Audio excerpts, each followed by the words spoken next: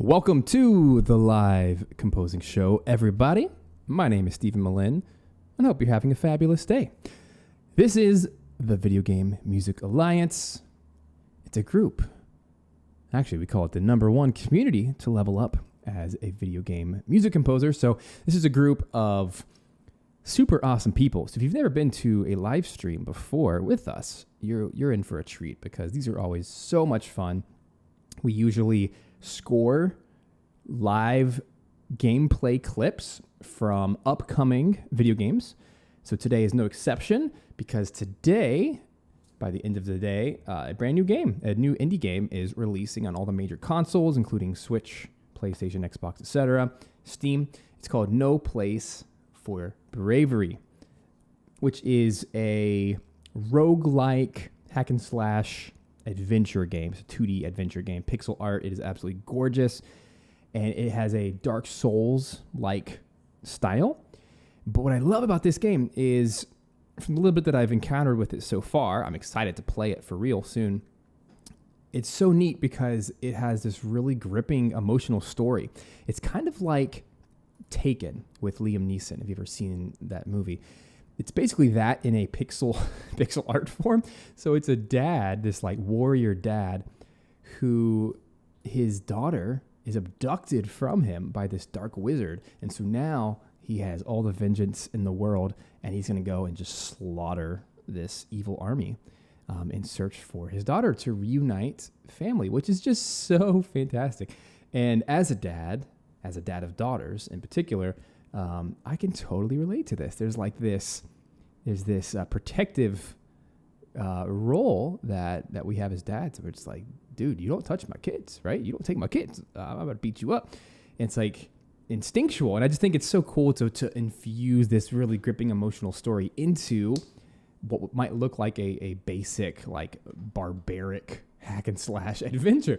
So I'm really excited about that. And it actually gives me a little bit more weight and gravitas to infuse into the music, because the music is not just going to be upbeat, happy, like adventure music. It actually needs to have an edge and an air of seriousness, of a darker tone.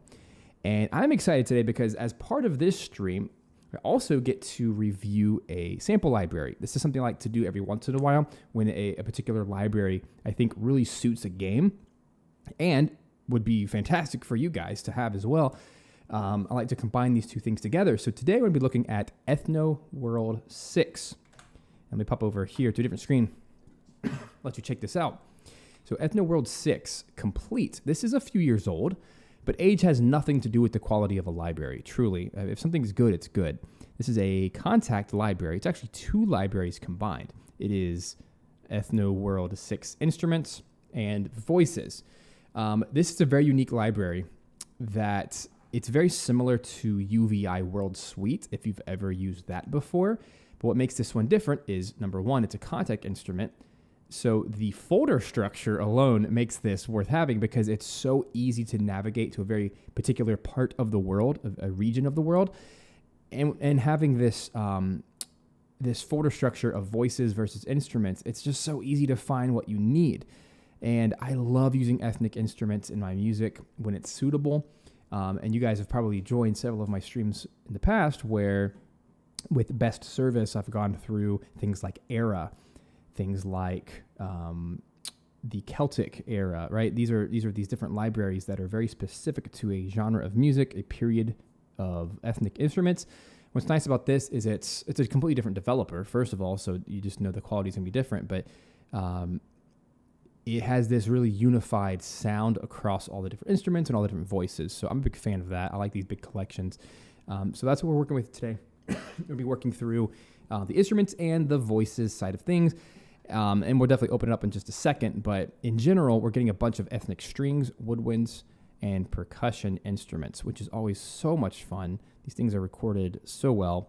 I'm just a big fan of that in general. And I think as composers, we don't use enough ethnic instruments. We get really locked into the orchestral sounds. But one of the best ways to make your music stand out as a game composer is to use unique instruments, especially if there is already visually some kind of tone being represented. Obviously, this is a made-up fantasy world, but even just from this one game clip that we're going to be looking at, it has a very deserty vibe. It has, like a mountain landscape, there's some grass, whatever. And the music should reflect that in some way, whether that's just through some like ethnic percussion, whether that's through maybe like a really interesting solo wind or solo strings, something that's going to give a little bit of flavor and make it unique. And then of course we can add some more orchestral elements, but orchestra is not the only way to write for games. There's so many games that don't even use the orchestra. So I'm excited you guys are here today. This is a kind of a combo episode where we're going to be reviewing Ethno World 6. I literally just opened it up. I have not spent much time with it yet. Just got it all downloaded this morning, which I'm excited. And a huge thanks to Best Service for providing that. And just full disclaimer, they provided a free copy of it so that I could show it to you guys today. And there is a link in the description below that is an affiliate link that supports my channel here at no additional cost to you if you decide to grab that. And it's no sweat off my back if you decide that's not for you, but I know a lot of you guys need ethnic instruments, and I would push you towards either the UVI World Suite or towards the Ethno World 6. They're both pretty similar, but I find that the folder structure alone makes this very, very easy to use, and that's a huge asset when we are busy composers who don't have a lot of time. It's really nice to open up a contact instrument. Check this out. I'll just show you how fast this is. You go over here to your instruments. I mean, check out how unbelievably well organized this is, where it's like bowed instruments, construction sets, gamelan orchestra, gongs, bells, metals, key instruments, strings, woodwind and brass, world drums, world percussion. And then once you go inside any one of those, you can choose all of the different instruments. And it's just so nice because this is so exhaustive. And like, how many kodos do you have? How many saws do you have? A sitar, tempura, all these like really, really world famous ethnic instruments, and they're really recorded well. But beyond that, bowed psaltery, right? What's cool is they also have not just the instrument itself as a sample instrument, but they also have time machine synced licks, which are like little grooves, which means it's going to work exactly to the tempo of my session. And they're just all these little grooves and such. So if you don't feel comfortable like playing the instrument because you're not familiar with it, you can listen to those licks of real phrases. Now, personally, I'm a little averse to using phrases in my writing. I tend to shy away from that because I like to be the composer who writes the phrase. But I understand that that's a huge selling point for a lot of people who are not as comfortable writing. That's a great way to get some experience using these in a very authentic, real recorded way that obviously you can use with the license. So anyway, I'm pumped because let's take a look at the gameplay clip. Just to get some idea of what in the world is going on here.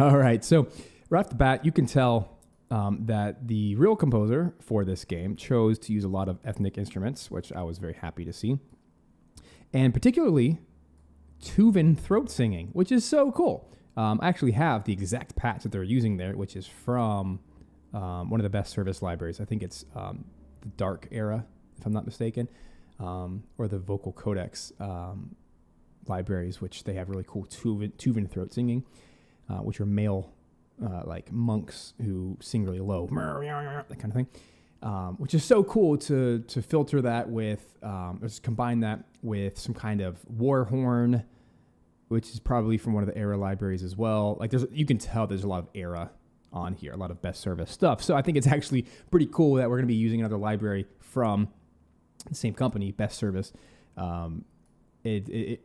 Naturally, my end result is going to sound kind of similar. But one thing I want to kind of change that I don't love about the score right now is it's very sparse. And as someone who, I'm a hardcore fan of the Dark Souls series and any Souls-like games, I've played a lot of them. I really like the general style that Dark Souls goes for, which is to have very sparse exploration music. And then when they get to the battles, they go 10 out of 10 intensity. So I really want to do more of that, is more of the intense stuff, but I want to use the ethnic stuff to do it. So we're going to have a lot of fun today. Let's jump into it. Let me give a quick shout out to lots of the friends that are here today. We have Micah, Dorimi, Matt, Arthur. Hey, I'm glad you got your keyboard, by the way. That's super cool. Jay Metzer. Who else is here? Connor, Chu. Man, we got a lot of VGMA hangouts today. I'm glad you guys are here. By the way, just a quick little aside for anyone that is not yet in the Video Game Music Alliance Pro group, we are opening once again in 2 weeks, first week of October. So if you're not yet in the wait list, you can do that right now, full free. You'll be notified immediately as soon as we open up, and you'll get a special offer when that time comes. Right here, spam. All you have to do, go right there, videogamemusicalliance.com, and there's also a free guide there. It's a $17 guide that you'll get for free, and it is called Secrets to My Six-Figure Video Game Music Business. I love writing music for games and doing sound for games. This is my living. This is what I do, and I love teaching others how to do it. So if you're passionate about this, that is the place to be. We are a newish group. We just formed in January of this year. So we're still learning. We're still figuring out what the best way to deliver content and everything is, but I think the members in the live chat right now would agree that it's a ton of fun. Great group of people and very serious about their craft and growing. And we've seen a lot of success stories. We've literally seen businesses born out of this group. We've seen lots of sales of music packs. We've seen the creation of music packs. We've seen social media presences skyrocket. We've seen people get custom music gigs and all kinds of stuff. So it has just been incredible. It's very active. Lots going on. Even right now as we speak, there is a VGM composing challenge that we do once a month. We have live Q&As, we have master classes, we have courses. It is loaded to the brim with useful content. But I think people might come for the content, but they stay for the community because the community rocks. So anyway, enough about that. Come join us if that sounds like a good fit for you. Let's write some music. I'm ready. How about you? You ready to let's just jump in. That is what is so fun about these live streams to me is I have no idea what I'm doing, and we just get to play around together. So the first thing I want to do, I feel the need to write today in 12/8 time. Why? I don't know. But as soon as I saw this gameplay clip, I was thinking in 12/8 time. I was thinking some kind of drum beat,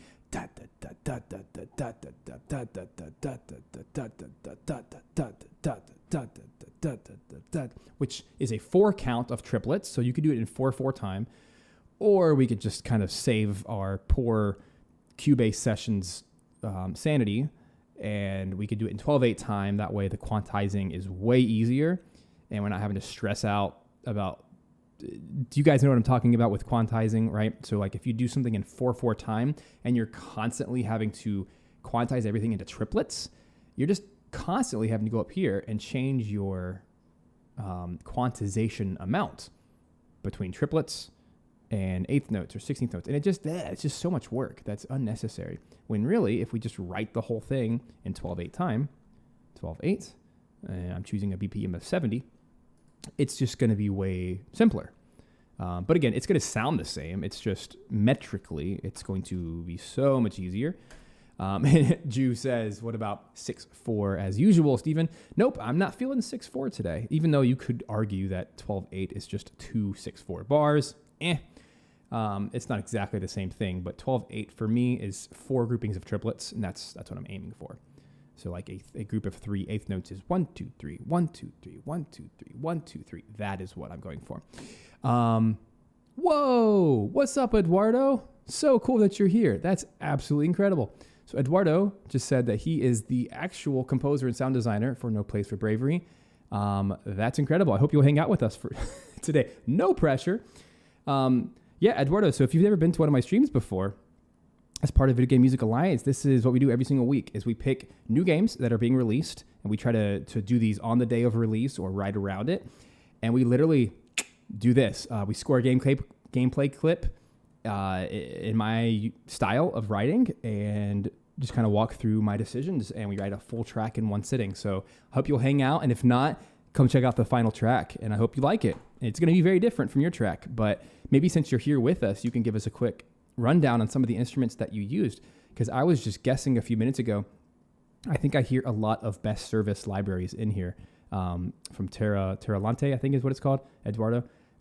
Same name as you, actually. So correct me if I'm wrong, but are you using the Tuvan throat singers from Dark Era? And are you using, I think there's a war horn in there from Era, or one of those instruments? I recognized it. So yeah, today we're also featuring Ethno World 6 instruments and voices. This is going to be fun. So the first idea I had was to grab some kind of world drum, something like an ethnic tom, whatever. And I want to do some kind of triplet feel, something like this.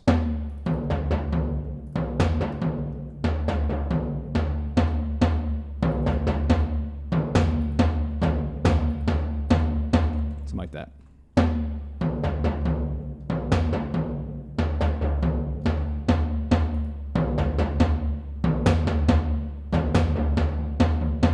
Yep, I like that a lot. So the idea is I'm trying to create some kind of war drum feel. Now, of course, we could use anything under the sun to make that feeling, and that's just one of many drums we could use. So what I'm going to try here is just layering some stuff. So this first one is going to be toms. I'm literally just going to duplicate this. And let's see what we can do to start creating some other types of drums from around the world to help fill in the frequency space. So right now that toms is very mid-centered, and so I'm going to try to get something that's a little bit lower and then something a little bit higher. So maybe something lower would be just my limited experience with ethnic drums here. I'm just going to kind of pick on some. Tycho, absolutely, it's a Japanese drum. Let's see what happens when we do that. I also really like how these libraries are color coordinated to where, like, this patch is loops. So all of these down here are tempo mapped loops, but also in the top end, I can just play the single sample.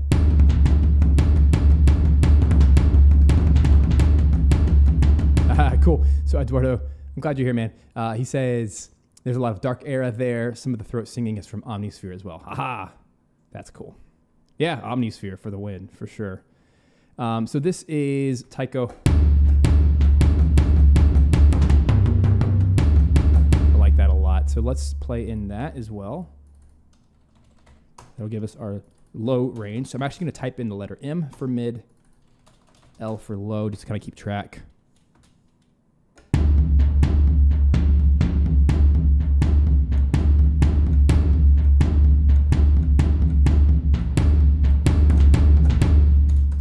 That. Let's put those together. Nothing too sophisticated here, I hope.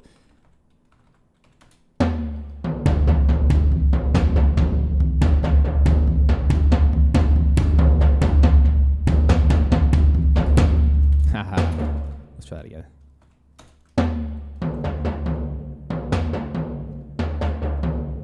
Okay, that's my beat.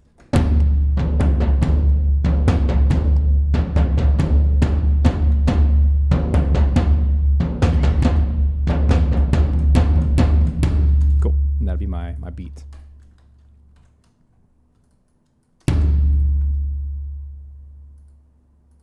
There we are. By the way, Eduardo, I think that's super cool that you also do sound design for the game.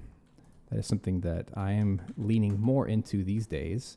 My current soundtrack, I am working on music and sound, and I just think it's so much fun. It's so different than creating just the music. Music's super fun, of course, but man, it's also just really special to get to write all of the audio.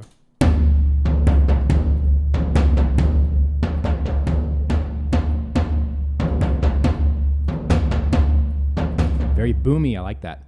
Now let's grab something in the high range. I'm going to really fight the temptation to grab real drums behind me and start recording, because that's not the purpose of today. But I want to grab something high from this list. And again, any of these would really work so long as it's high frequencies. A djembe is kind of mid-range. I recognize most of these, but typically small drums create high frequency sounds. Mongolian drums might do the trick. So we have frame drum. Let's just see what that sounds like. What's up, James? Glad you're here, man. Pardon my cough today. Oy. Just cannot get rid of this dumb cough. It's been lingering for weeks. Oh no, that is... Duh, frame drum. I have a frame drum. What am I talking about? It's a buffalo drum. I should have known that. Bongos, maybe? Hey, we're just playing.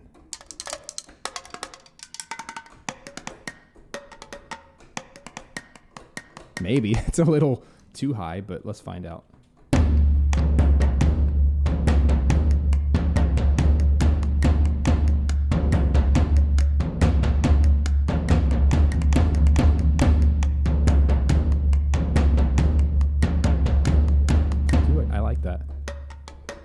I don't like that I like the beat. I don't particularly like that timbre. Let's just keep poking around. I'm not familiar with a lot of these.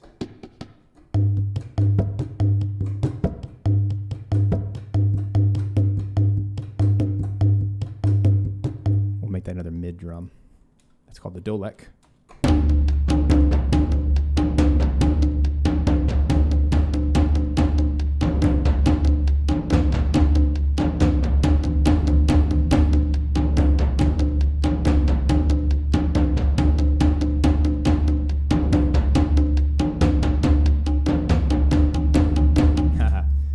Probably drink more tea, less coffee. Coffee's like the worst thing you can drink when you have a sore throat. I don't have a sore throat, but like coughing. Not that, like, if I was contagious, not like you could catch it, but still. Matt's in the other room and he's like, no! This is what happens when I don't get a lot of sleep. Just like my body just goes, it's like, yeah, right. All right, that's called a dolek. If I can spell the dang thing. I don't even know how to spell that. D-O-L-E-K. That's a new word for me. Dolek.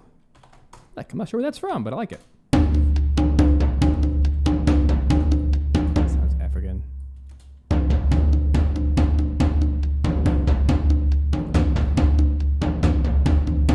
All right, and I have to pull out a different instrument because I am absolutely in love with this. I have used this one patch on every track I've written for like the last month, and I can't get enough of it. And it is the Hulkenberg Percussion. It's this one performance patch. If you do not have this, go back to my stream where I talked about this one. It is so freaking good.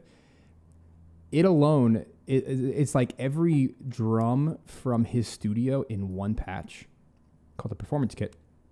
And it just has the tightest, thickest, most produced, beautiful, ethnic, thuddy, but clean sound, and I just can't get enough of it.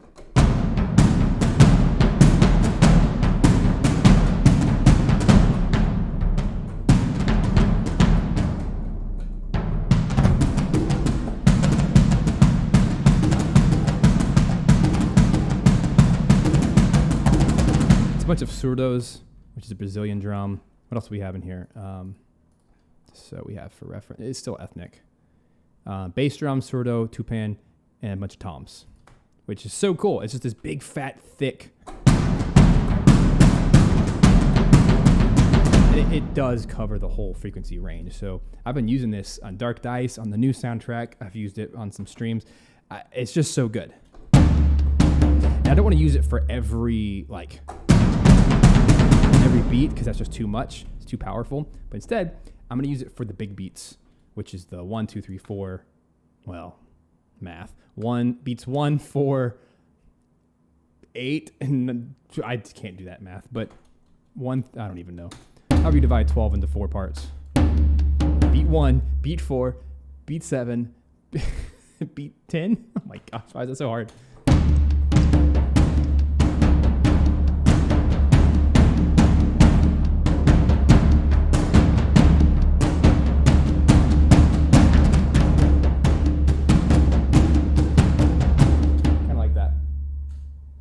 the idea. So I'm trying to get the sordos, the bass drum, to kind of get the big beats. Right? And then the toms.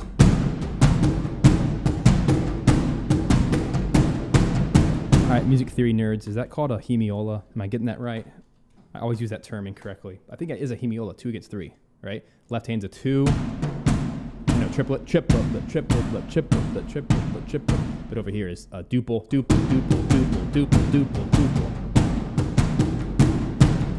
But it's not a triplet because we're in 12/8 time, because I tried to be smart this time. All right, here we go.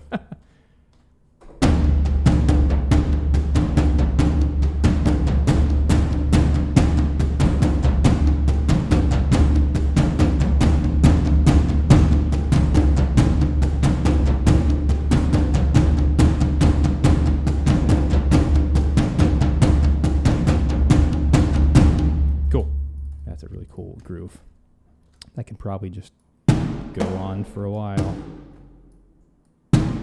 So yes, could I have found a sordo and a bass drum and more toms inside excuse me, inside Ethno World? Yes, I'm sure that they're in there.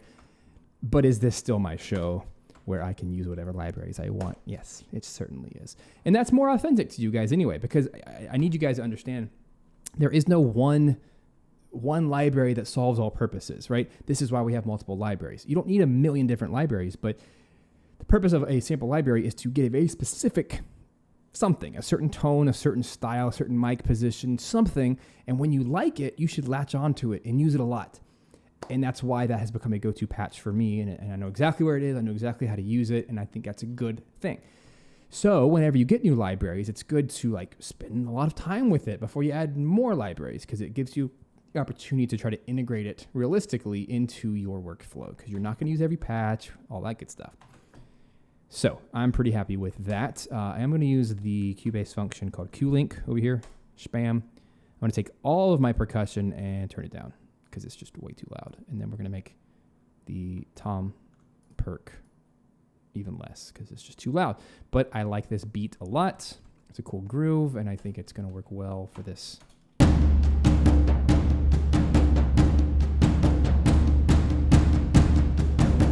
Yeah, that feels good to me. Let's go ahead and create our little looper bar here. Super cool. So the Ethno World 6 voices, this is fascinating. Everything's Time Machine Pro, which is a contact function, which means that it's a waveform, but it has been stretched to fit the current tempo. So we're in 70 BPM. I don't know how well he's going to work, but they're phrases. I don't think they're all phrases, though. But look how neat this organization is.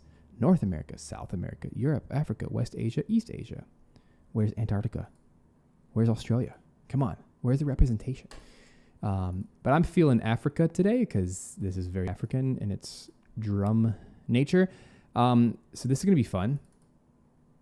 So we have some solo voices, all kinds of stuff hanging out in here. 5,000 million phrases. These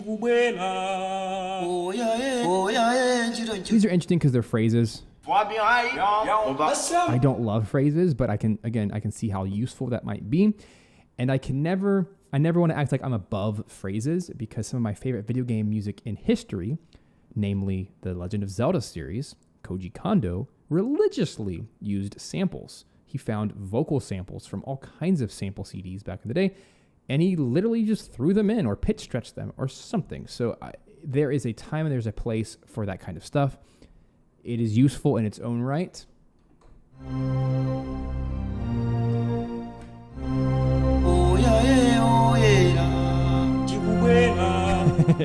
I don't want to do that. So I'm curious if there are any like sample library patches in here. There may not be. It wasn't really my intention. Looks like they're just a bunch of like tribal chants, war chants. Let's actually look at that. That looks kind of cool. I'm not going to force it if we don't need it, but. What's up, Raphael?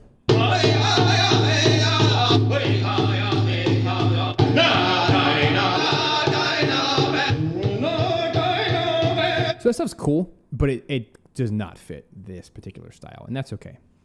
There's like Native American chants. These are all Native American. Fascinating. Jamaican, Peruvian, Asian. It's still very, very interesting to me. It looks like most of these are going to be, if not all of them, are all, these are all phrases. Yeah, it sounds like Raphael. It sounds like they don't. It's not a bad thing. It's just the reality of this library is the voices are all phrases. So that's good to know. That's not what I want to use today, and that's all right. Lesson learned. But I really do like the Ethno World instruments. That's pretty cool. Just kind of looking through here. It looks like, they're all either solos or they're phrases. And for our purposes, I'm going to have to pass on that. That's fine. And that's why we do this live. I mean, truly, it's I'm going to tell you the good, bad, ugly, the truth behind it. So you don't have to. No, I'm not singing today. Stop it. But you know what would be fun and probably a natural extension? Let's really hang out on the Ethno World instruments side of things, because I really want to go in here and let's get out of the percussion and let's lean into probably string instruments. There's so much stuff here. They have dulcimer. Nice. And a zither. That's so cool.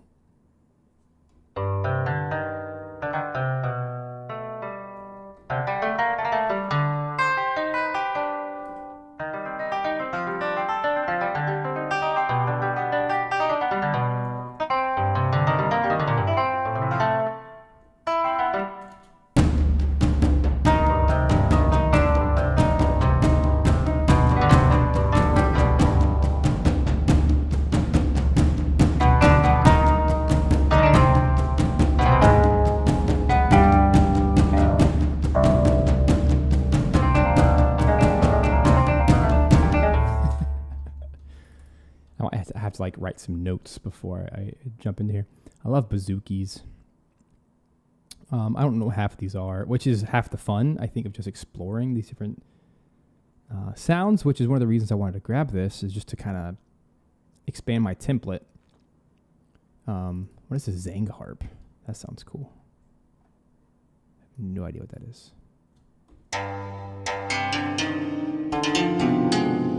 Oh, it's got so much reverb.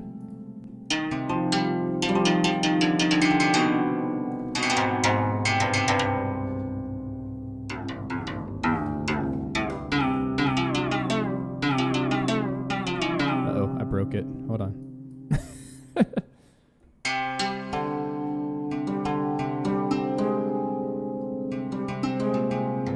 like that.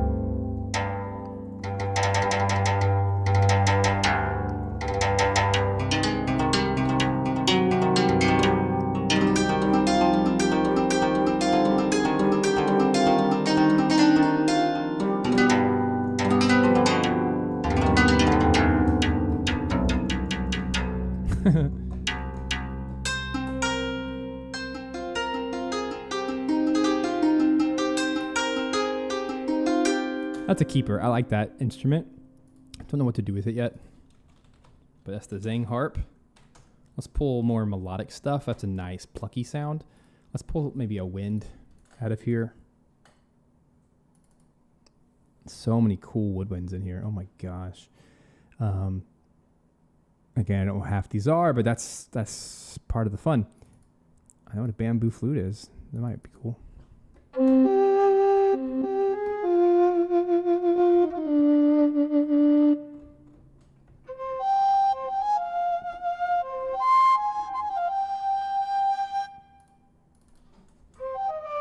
Bansuri.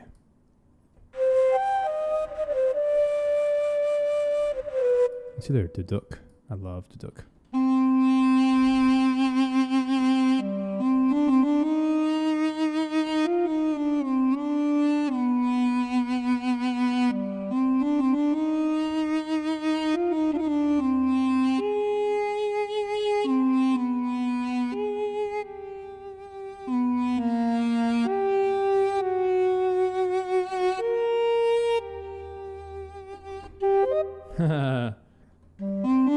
Oh yeah, that is Narnia.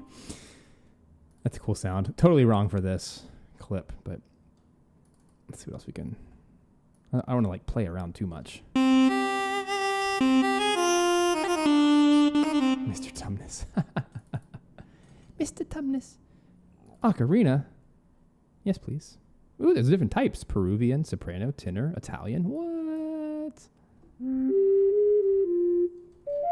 Never had such a collection. I can't even play it. Ooh, now I can play. Interesting.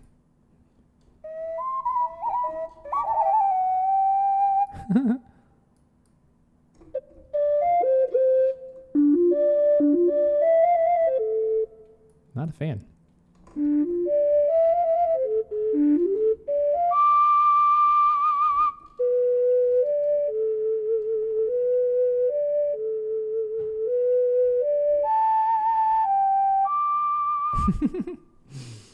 Do they have hurdy-gurdy? I didn't see it. That would be in the bowed strings. Let's find out. Hurdy-gurdy. I don't have any like search functions in here. Oh, I found it. Good eye, good eye. Good eye, mate.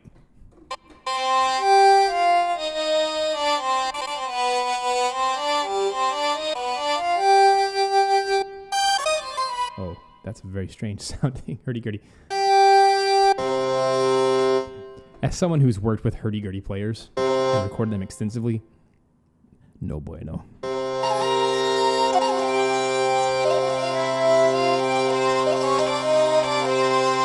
This one just sounds like it's like 5 of them playing at once.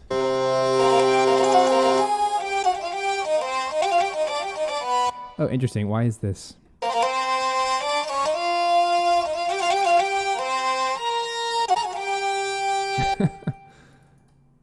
Active. Oh, it's because I pushed a weird key switch. I'm sorry. You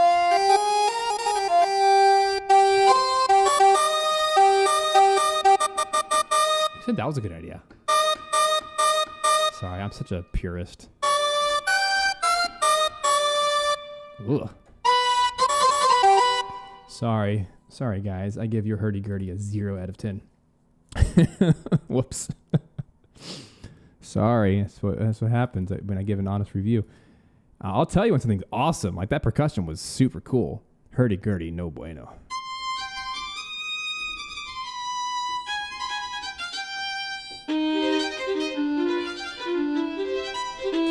Yeah, I'm bummed. Oh well. That is one of the downsides. I bet their psaltery's good. You can't mess that one up.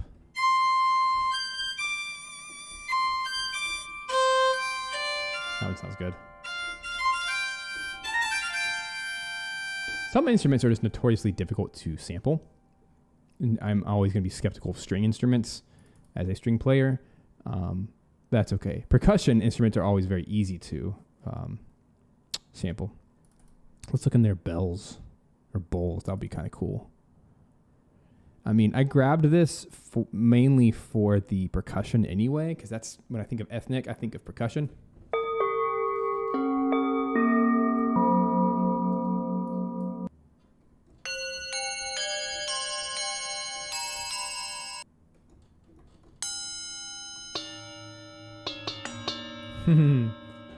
Kalimbas, all kinds of stuff. Bass kalimba.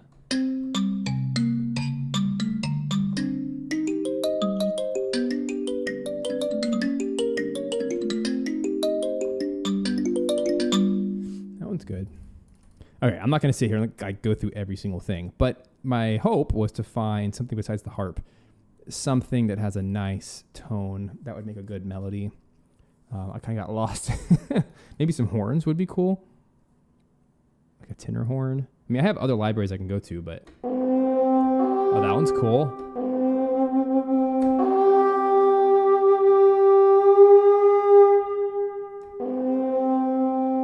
I like that a lot.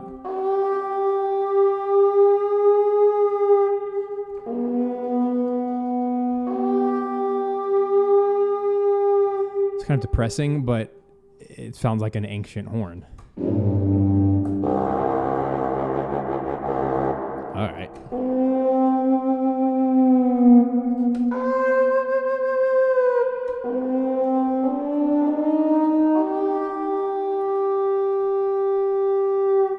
I like that. So that is called ragdun horn.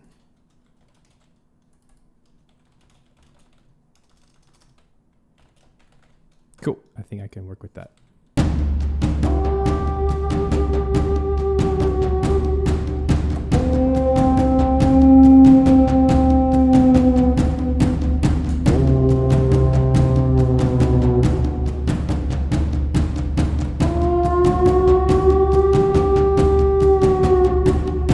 That kind of thing, right?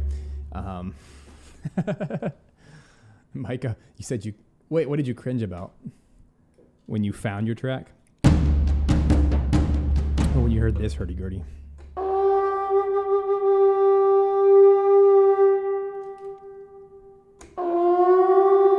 Raphael actually have Celtic Era too. It was a gift from Best Service because they're awesome. It has some cool updates in it, and I've been using it a little bit.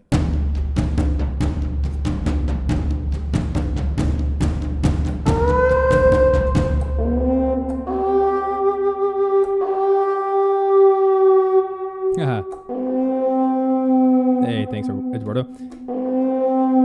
Yeah, I'm just playing with the pitch bend over here. I think that's a cool way to get a little bit of a war vibe, maybe. So maybe we can start off.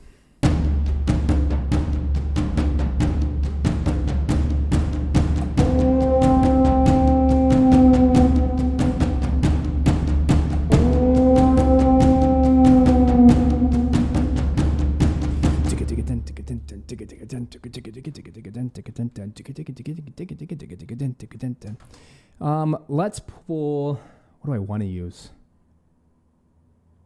Let's pull an Old Faithful.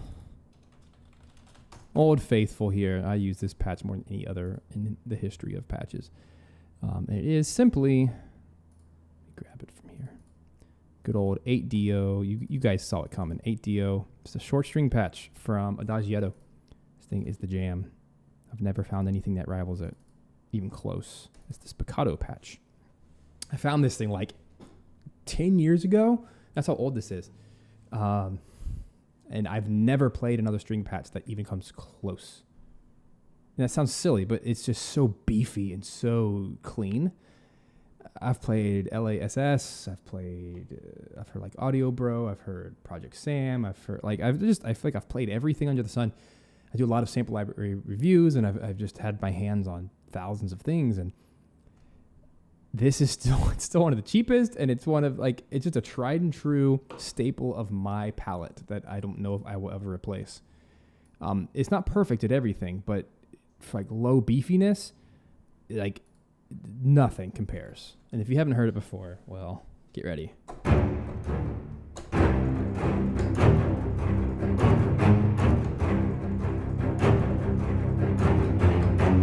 I've played CSS. I've cinematic. I've done Cinestrings. Like nothing comes close.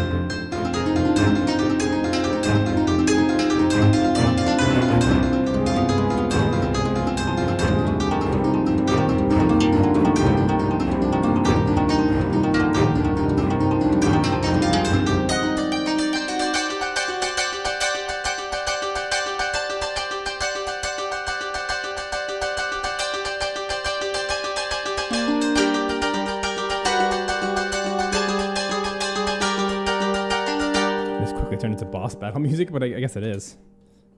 I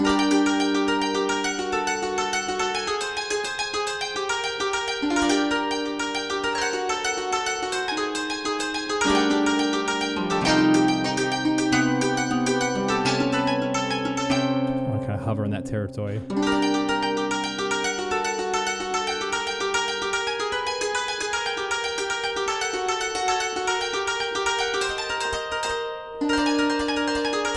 That would be so fun to play on the harp. So I'm trying to do harpish things, which is to roll an arpeggio and then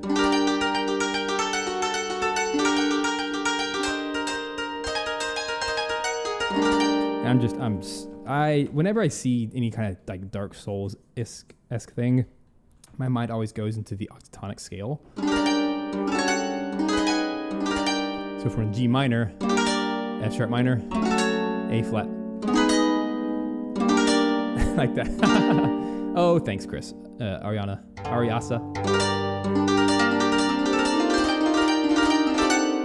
Just playing chords.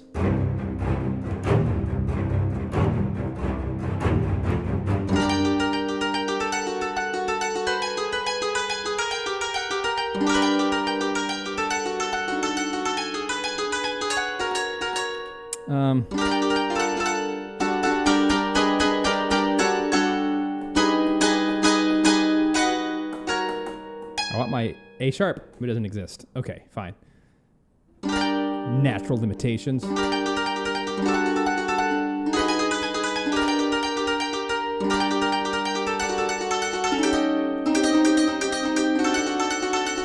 I'll just do the opposite direction. How's that?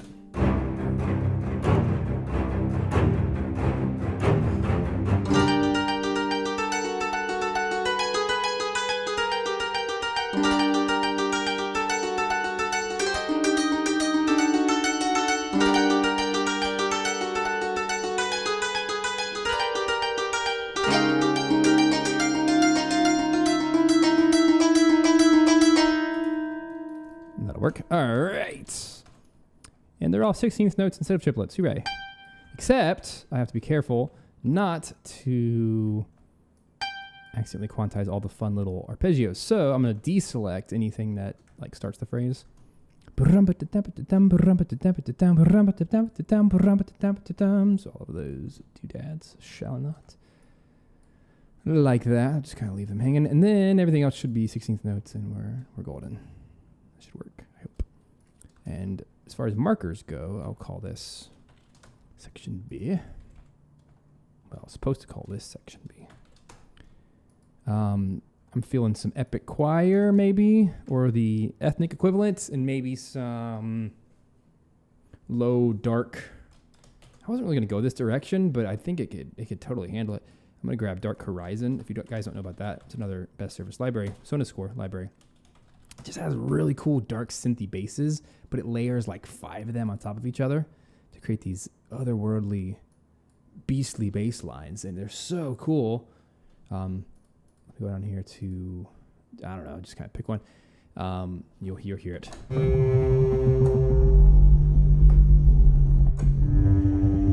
Some are more usable than others, but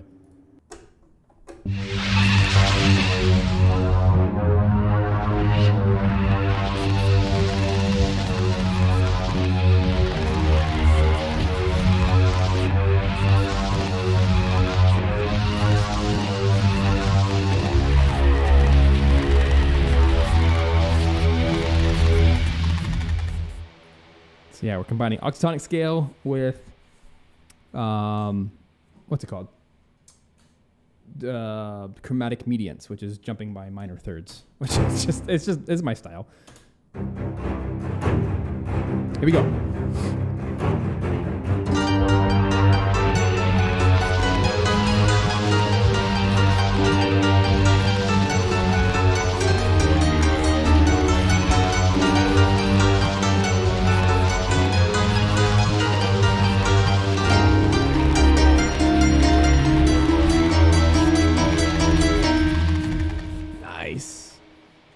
Help, but that was cool. I like that a lot. Okay, quantize all that you wish.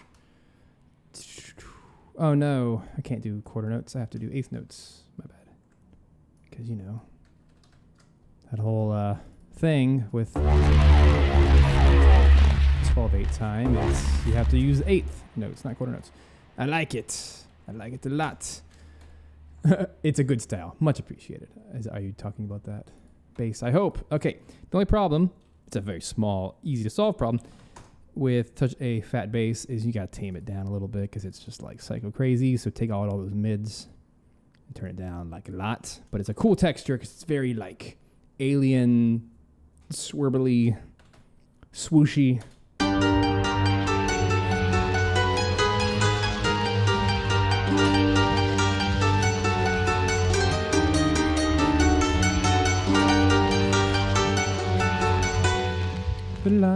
That is what I played, right?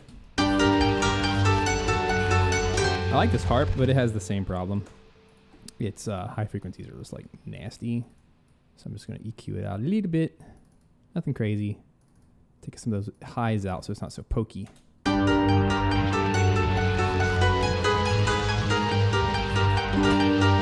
whatever reason, the quantizing sounds awful, so I'm going to reset it and see what happened. Oh, no wonder. They're triplets again. What am I doing with my life, guys? Why? Why would I do that? Oh, I'm so mean to myself. Okay, hold on.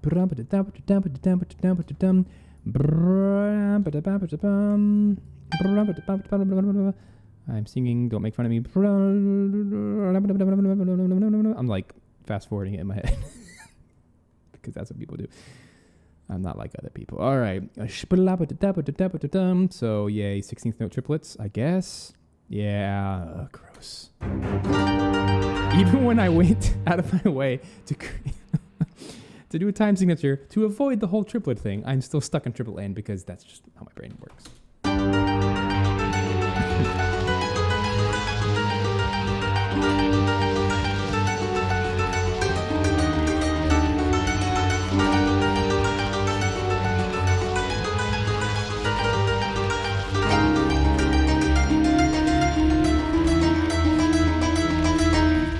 It's pretty cool. It's close to what I wanted. Because I can. This is basically a synth at this point. How much it's being mutated. So I'm just going to put some stereo delay on it. It is no longer ethnic. It's a cool sound, but I'm just going to do some 16th note delay. It's already in triplets, so it's going to sound weird anyway. So I want it to bounce left and right in my head.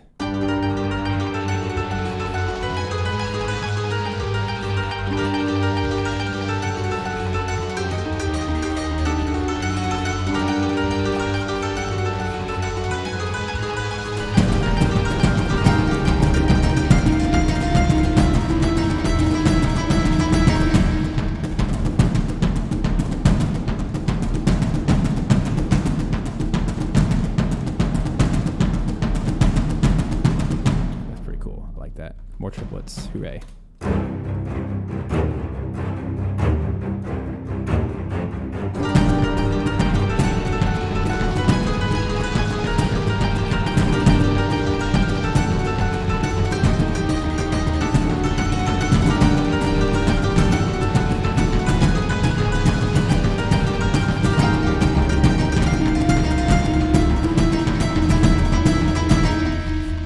Try again and get a little bit better with the pulse.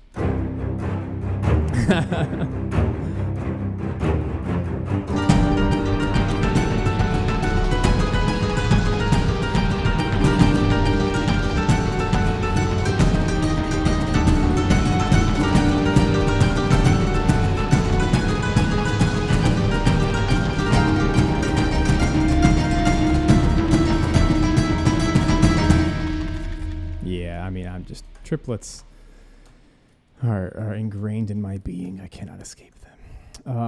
So those are triplets. Not a hemiola, but they are triplets. Okay, so let's take these. How am I doing, Eduardo? Am I way off? If I lost all of your trust in 5 minutes. I've butchered your poor game. That's all right. This is what makes us all different. We all do it differently.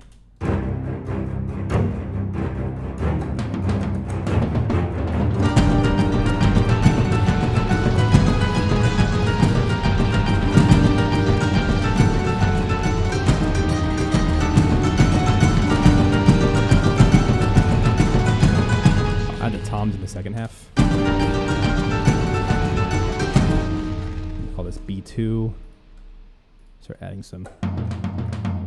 Thanks, dude.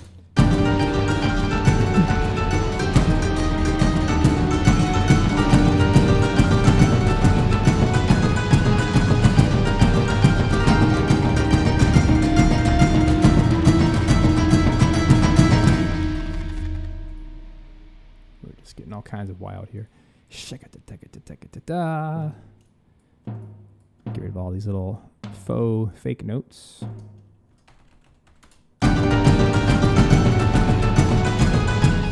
So I also want to add some strings. So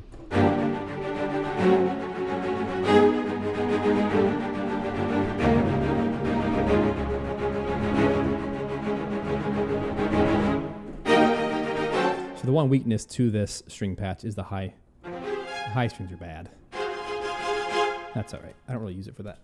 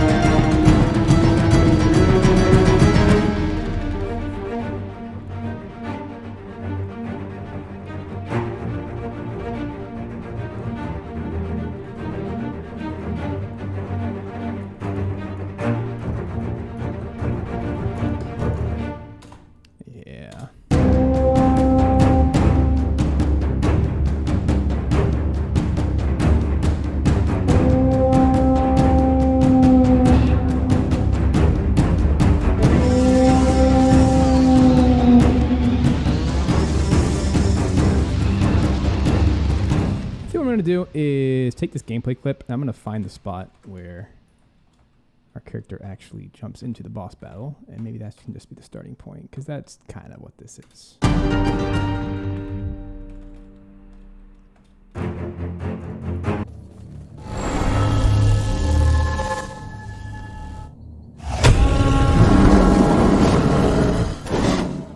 Cool.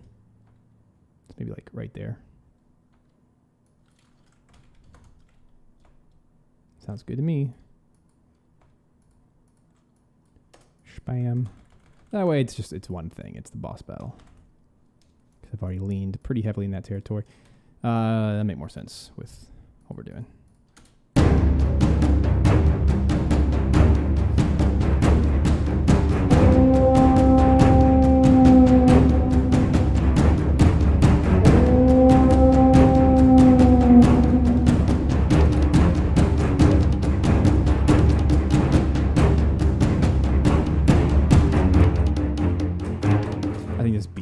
Continue for the duration of this A section, which it has already naturally become. So I'm going to take all of these guys here. Let's just chop them up. Copy and paste. The greatest function ever created.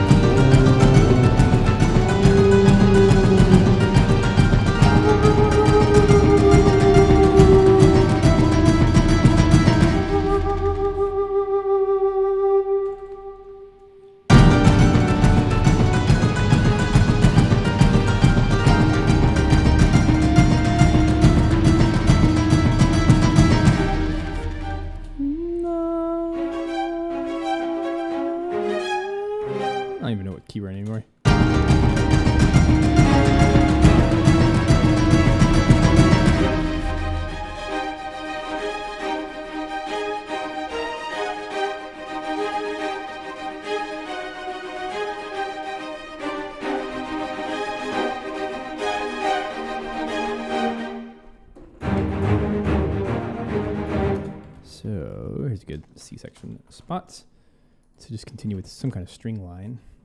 I want to do alternating strings.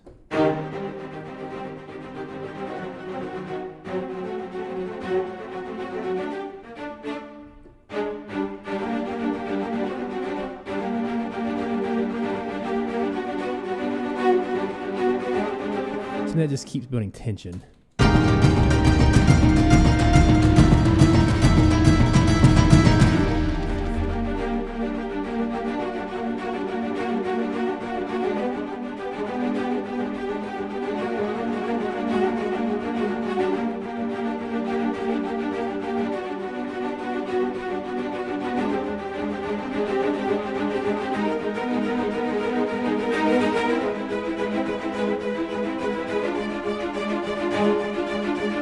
I guess the battle's over by then. Whoops. I'll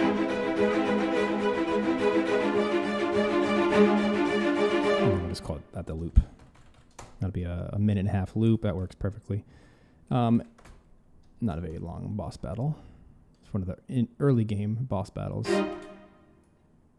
So let's just kind of wrap that up there. I could totally just keep going, but even for the sake of our time, to produce all that, we're going to need that stopping point. So that's fine. Just kind of filling out some ideas.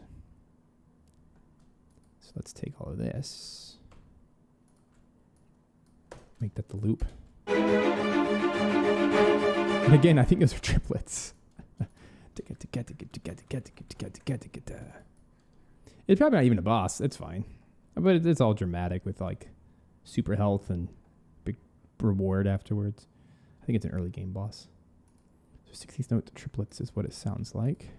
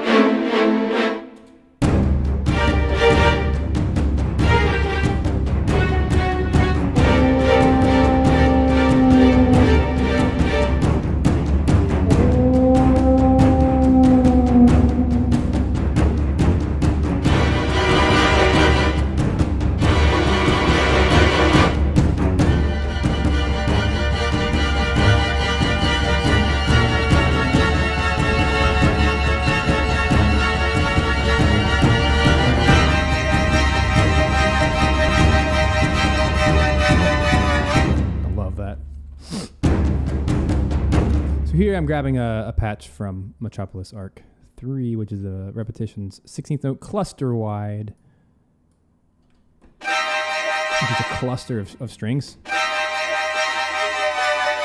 And I'm bending with my pitch bend, which I think is going to be cool. So strings 16th cluster.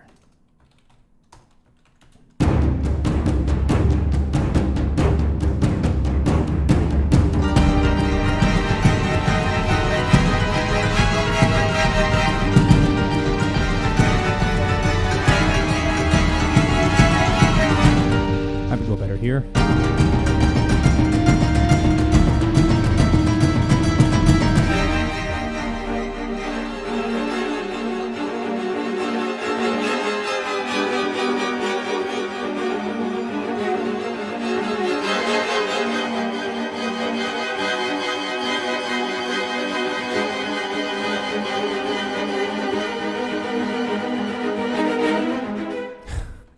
It's just weird territory now.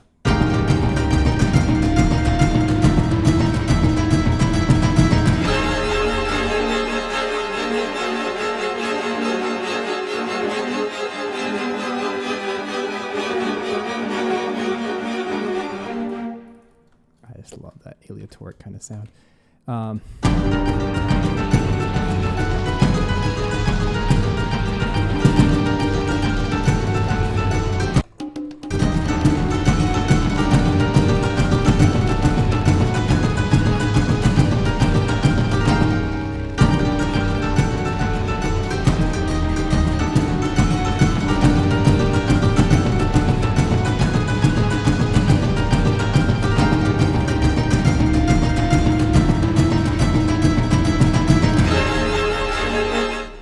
So I'm going to let this thing chill.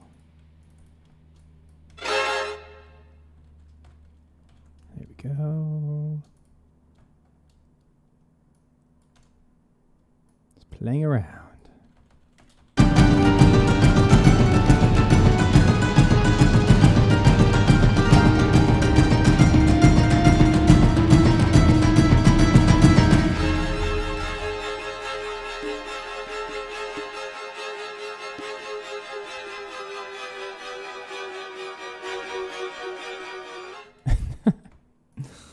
That might be totally out of context, but whatever. That's all right.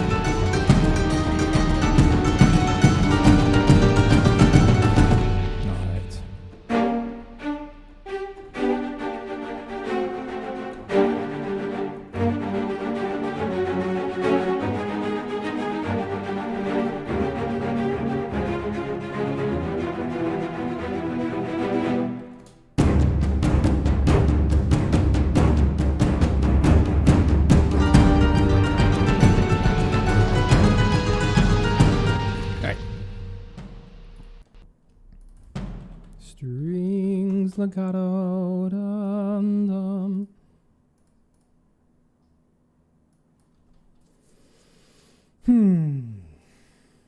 La, la, la, la. Actually, I want to try a different patch today. Low strings legato. So there's this cool patch inside Metropolis Arc 1, which is just low strings, and it's legato, and they're in an octave. It's pretty cool. Saves the need for having to program cello and bass. Give it 1 second. Da, da, dum, dum.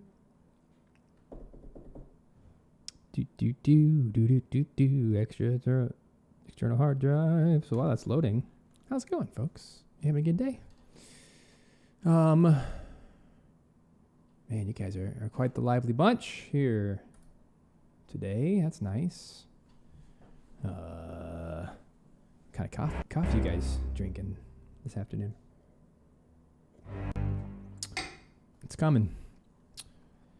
So my sample drive is officially close to being full. So all of my new stuff I have to put onto a second drive, and sometimes it takes a little while to load. So that's all that was.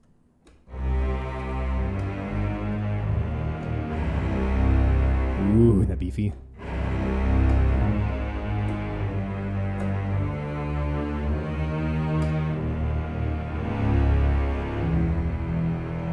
So good. All right, so that's what this section is all about.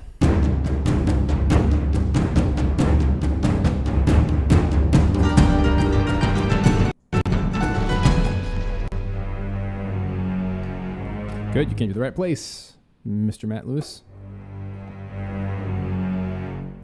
Here we go.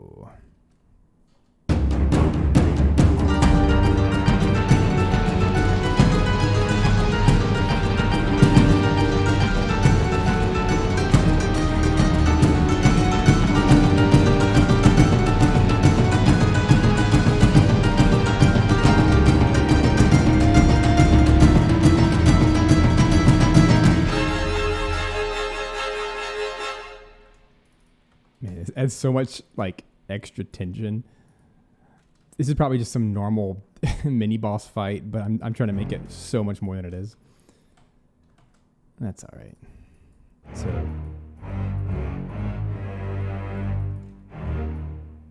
So menacing.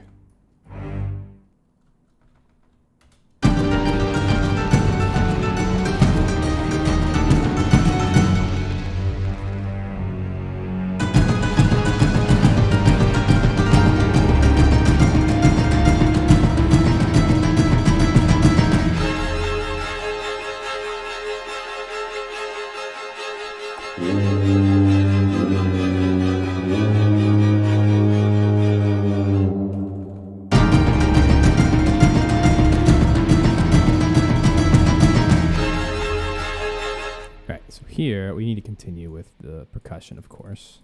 Otherwise, it's going to feel weird and dull. So let's grab 4 bars worth. Let's see how it feels just to continue the groove.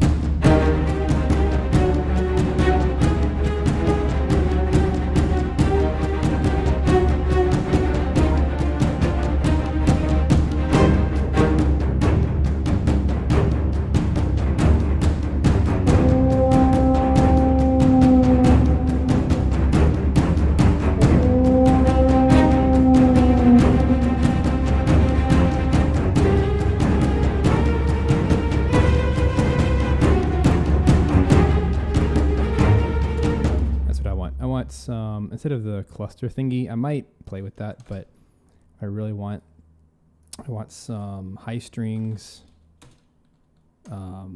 trills. I don't remember if this has them or not. They do, minor seconds. Yeah, cool. Man, I thought Yoda has all the things.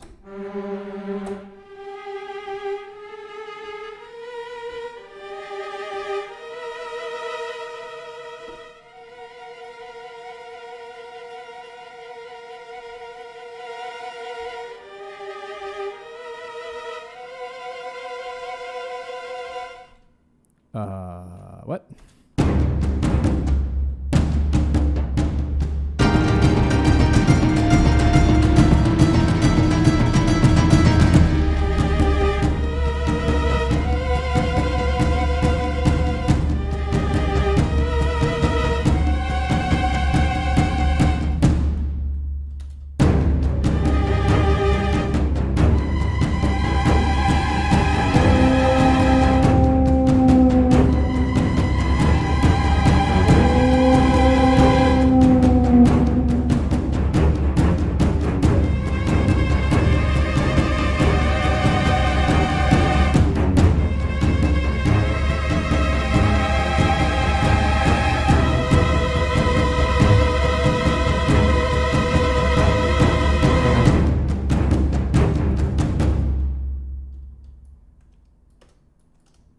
All right, let's go into the zone. You ready for this?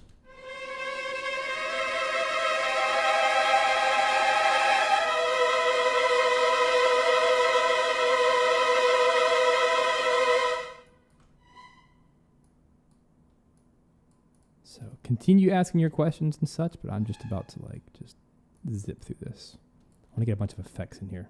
Just really fill it out.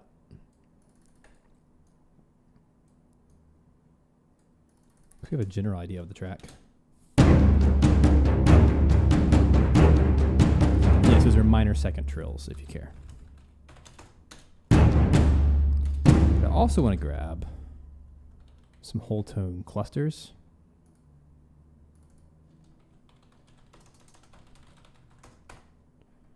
Which I can grab from Cage.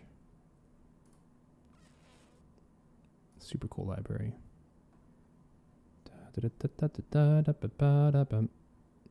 ADO, Cage, Strings, high strings. Let's just get some textures. That'll take a second to load, but in the meantime, how's it going? So much turnout today. This is fantastic. Just take a moment for coffee. Has anyone used Cage? The Cage bundle by ADO. It's super cool. It's based on John Cage. It's just a smattering of orchestral aleatoric effects. Big fan. I've used it a lot. It is all over the Dark Dice soundtrack. These are so cool.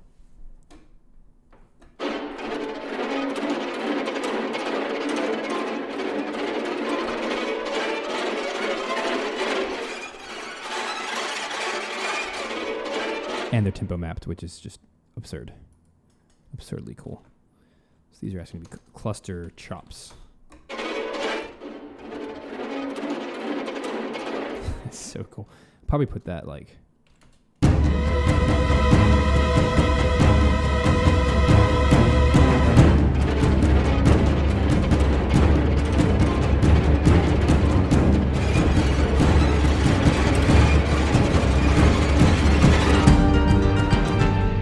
trying to create little moments that kind of naturally crescendo.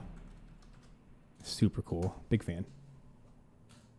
Definitely a big part of. I write a lot of not necessarily horror music, but the video game music has a lot of this style. It's very Dark Souls inspired.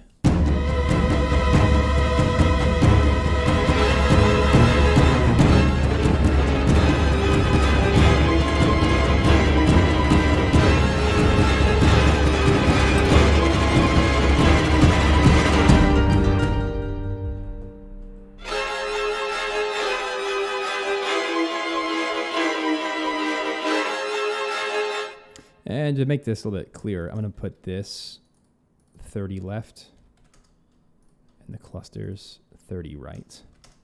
So we have a bit more of a soundscape. That's the octatonic scale, by the way.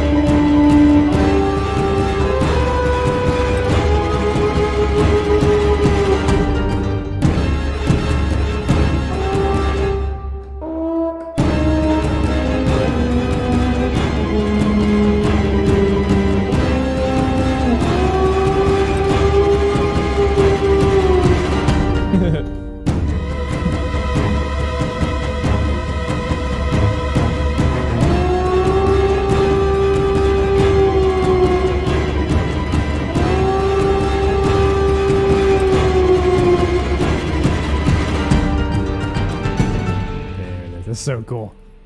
I kind of like it off timing a little bit. You know what's coming next, right?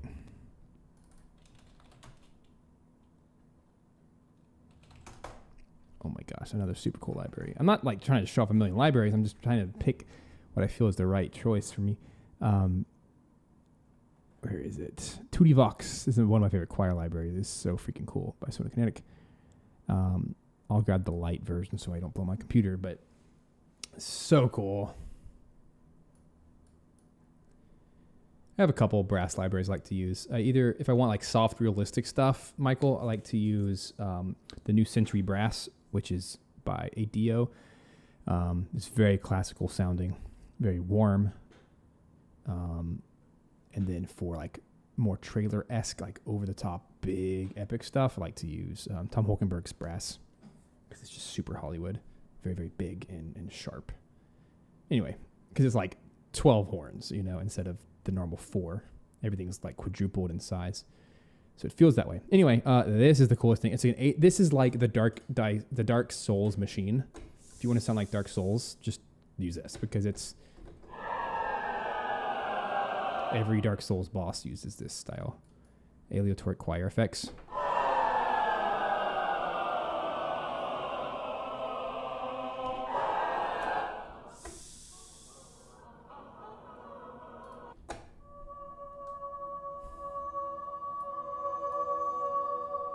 I actually used this, by the way, when I was doing last year when I was doing a lot of choir recordings for Dark Dice. I literally chose some of these patches, and because they're so kind, they actually show the sheet music. If you want to see it, you can literally go to every patch and see the actual sheet music. So I totally did that for some of these effects, where I would go in here, pick the ones I really liked, and then I'd give it to my orchestrator. And she actually went through, my copyist, and she would go through and make graphics like these that were similar. We tweaked them to our own needs, but so cool just to like understand. That's just a cool deep dive of how a lot of stuff is made.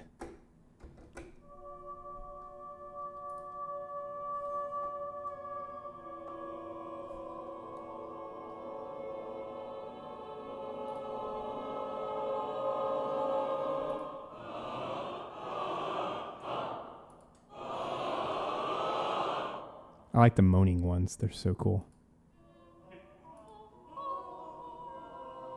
I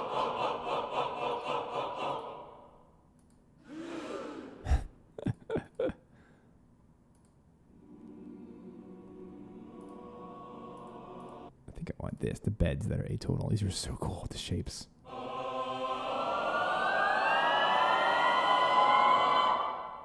And it's pitched.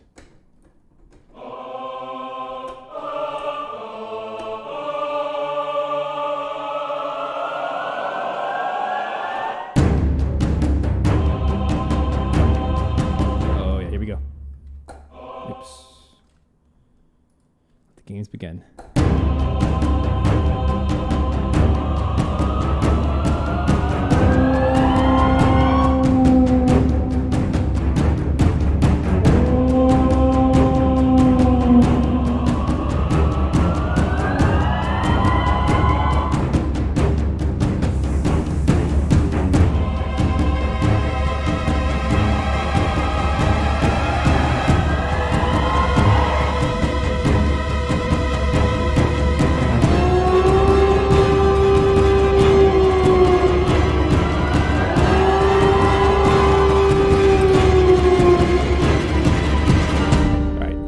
Do it, of course, but just kind of getting some inspiration here. I like this idea of going here. And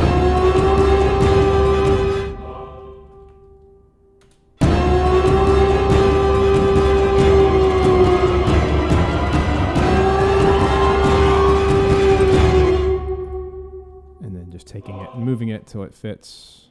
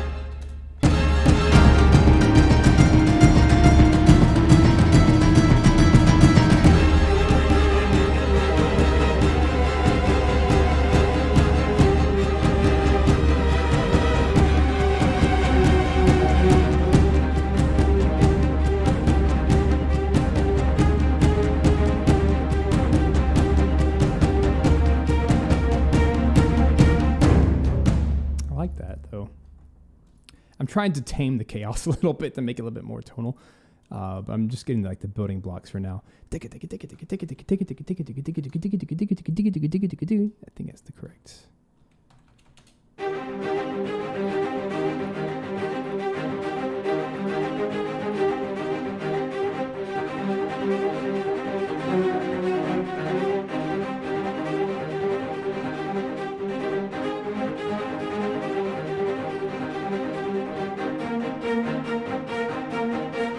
Okay, let's do this.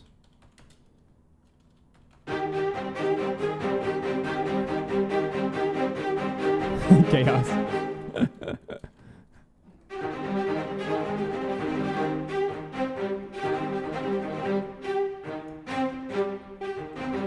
let me try it this way.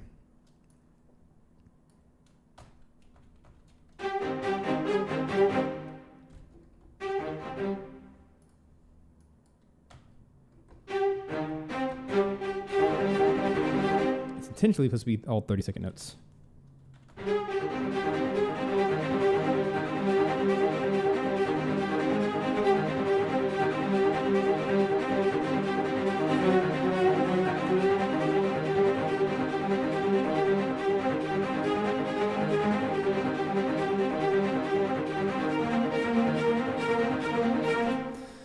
Well, that'd be so hard to play live.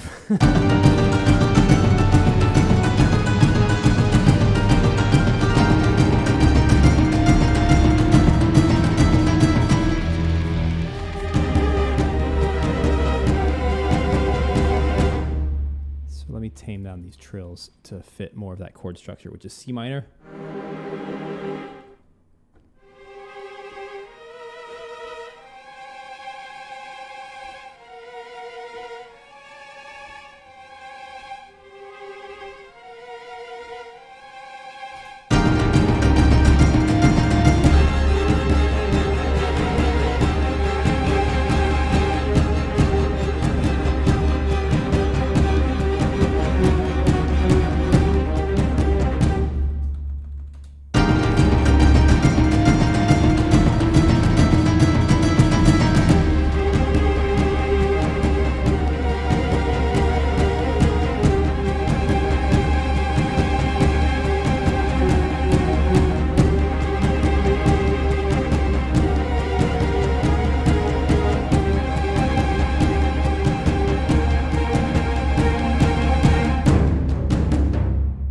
A little bit sane.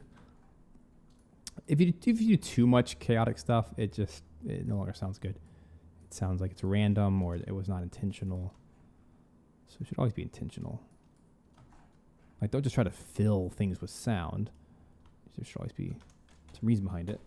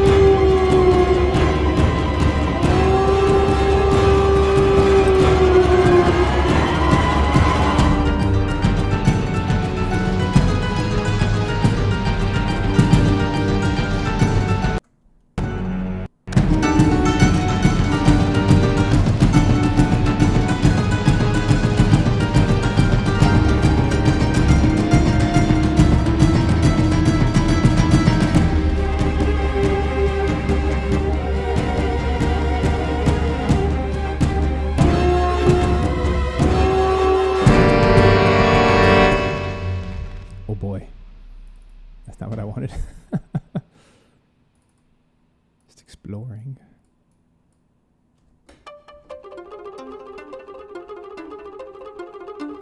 Oh man, that's David Wise territory.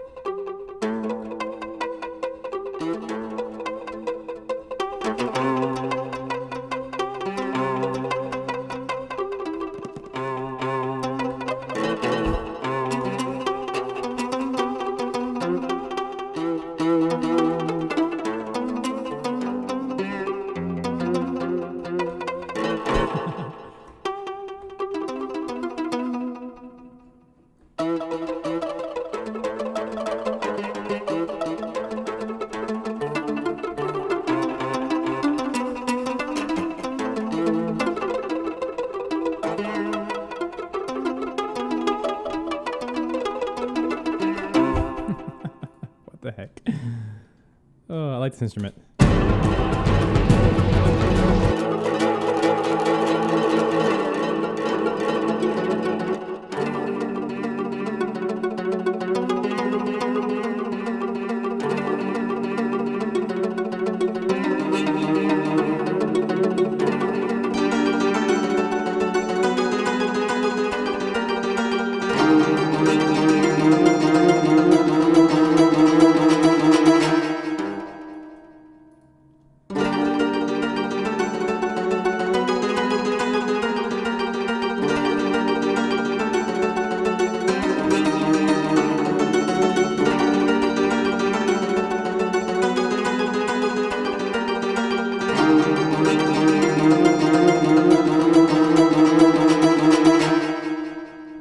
We can make this work. So the draw nyen, this thing I would like to be left.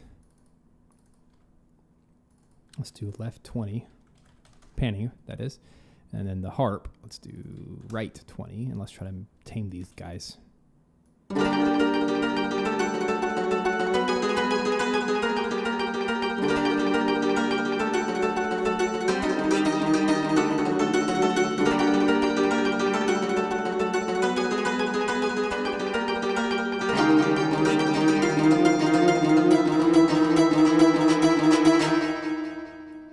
Cool. Get out of here, fakey. Get out of here. I don't want any of you. Go away. Shoo. Shoo, shoo, shoo. All right. I like that.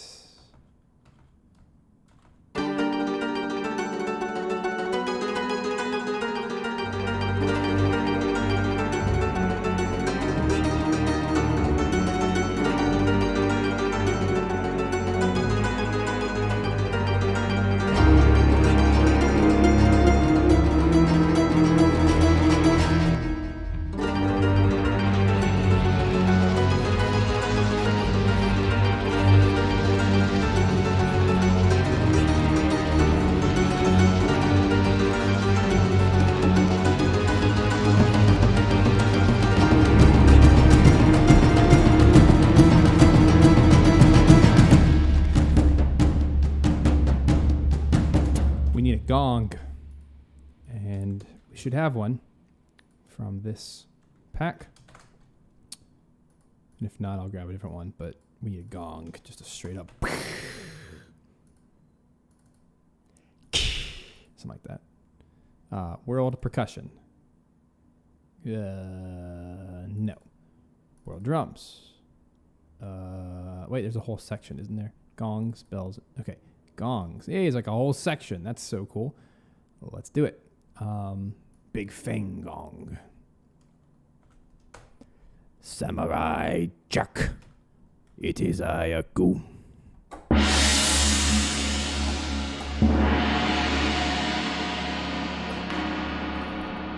Who enters my slumber?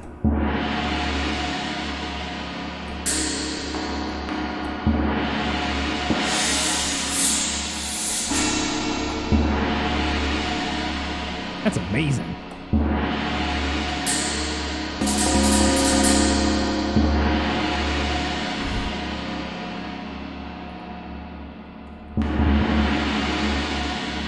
So cool. These are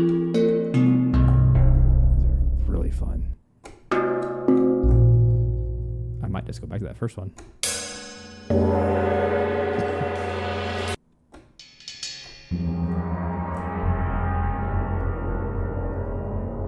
Who knew we needed so many gongs?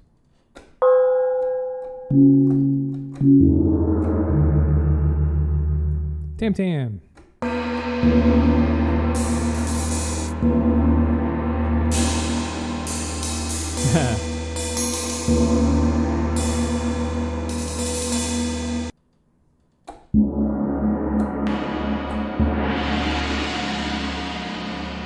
I like that one.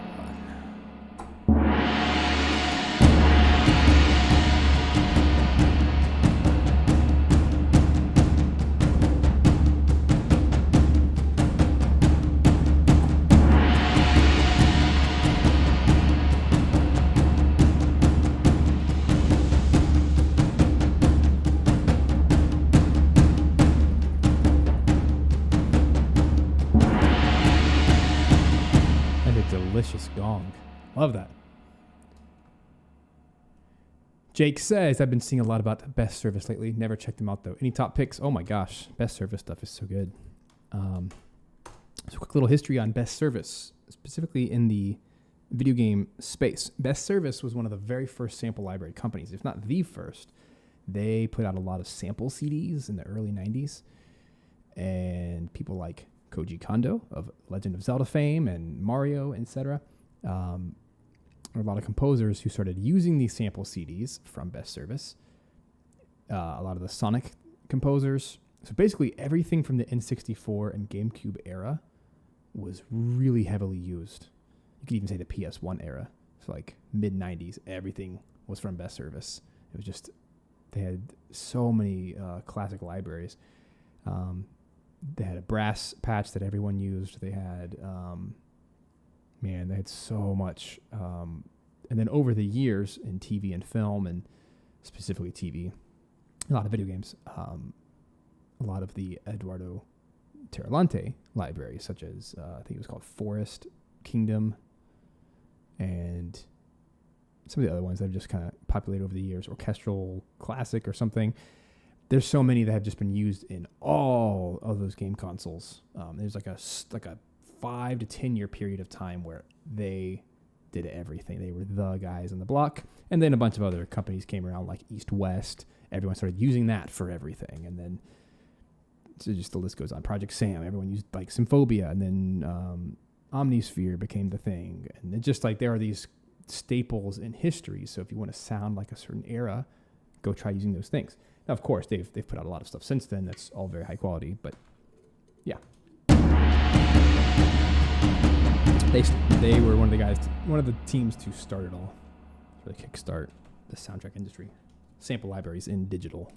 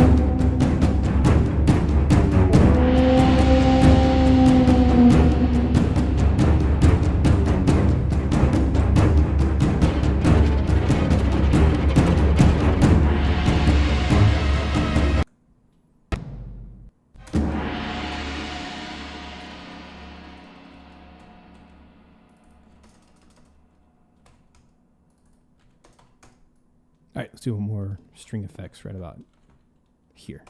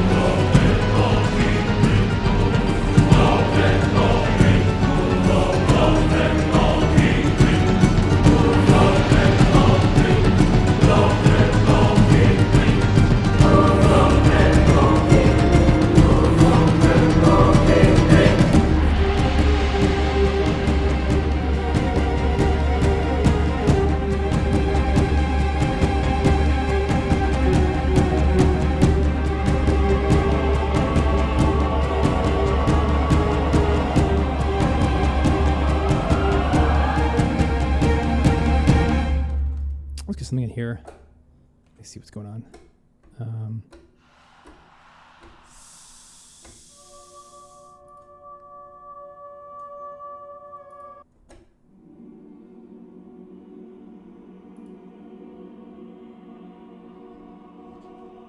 Well, like a rise. Actually, there are actual rises here.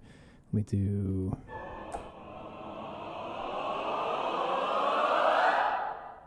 Let's do a 4-bar. One of these.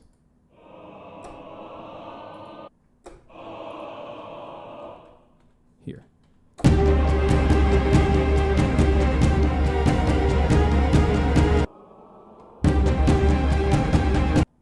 Oh, ready to go. Got too quiet.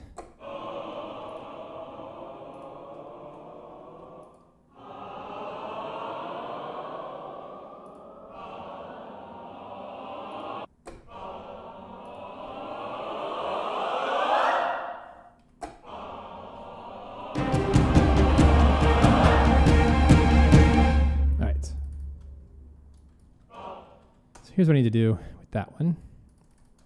Because these choir effects are so finicky, I'm going to do a quick little render in place. All it does is it. I don't know if you can hear me talking at the moment. Sometimes it like takes over and it'll play. So maybe I'm talking over it right now. I don't know. I'll wait just in case.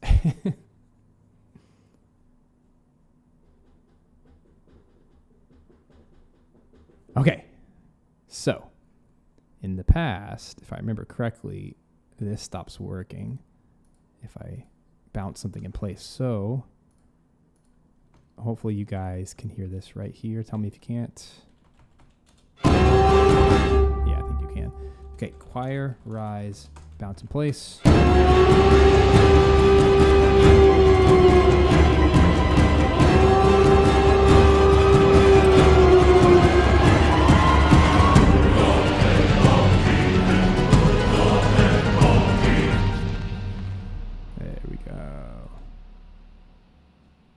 What are you guys talking about? What are you talking about? You talking about me?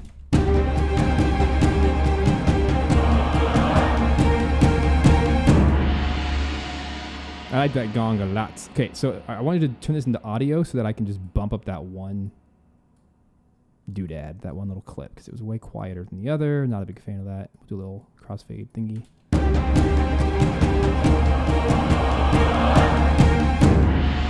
I like that very much. Very, very much.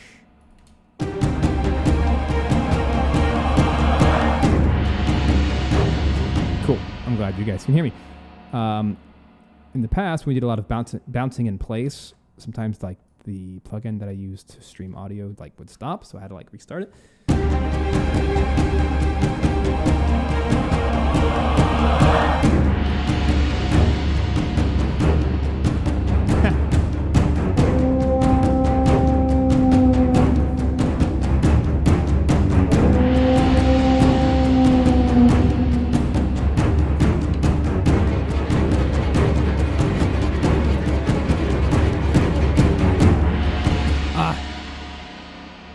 Here's what I feel.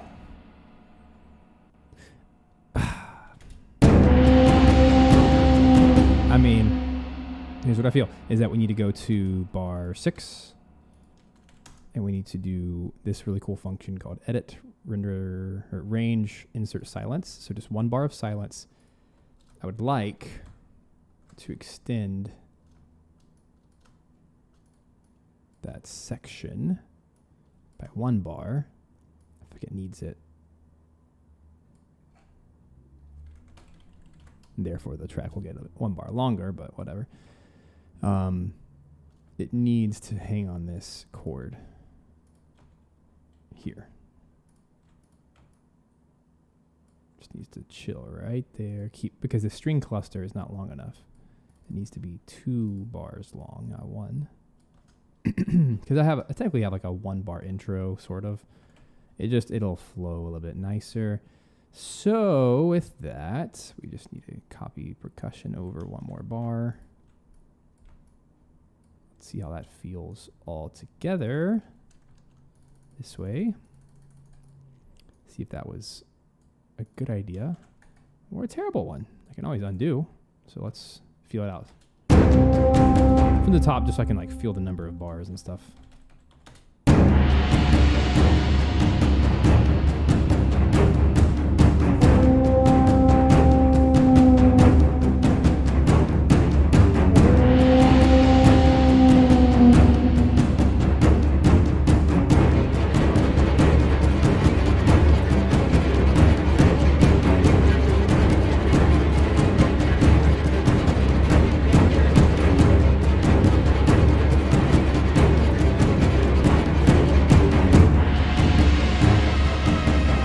Okay, that worked. I just accidentally had my looper bar on, so it did one extra bar, but I think it's a better loop.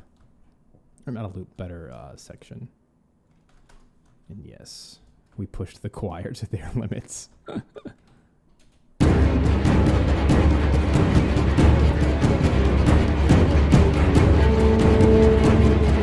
here we just need like just one more note.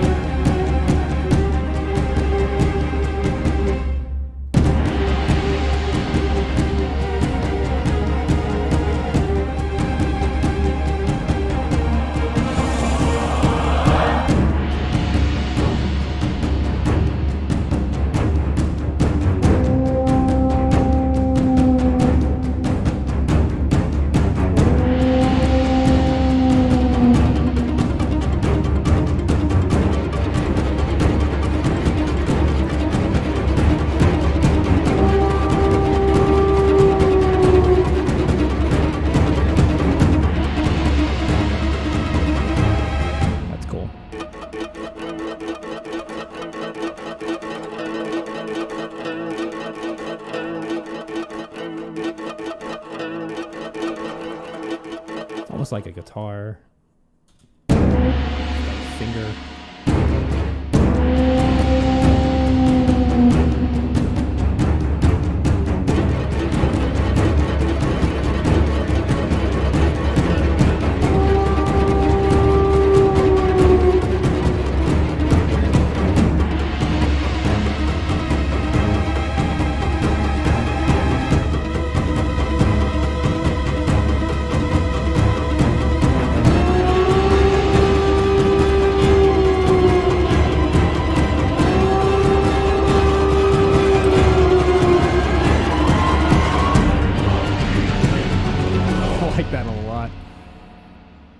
I'm not even using it the way it's supposed to be used, but who cares? I really like this. It just adds like a pretty cool color. And it sounds like a nylon guitar. It's the dragon. The dragon.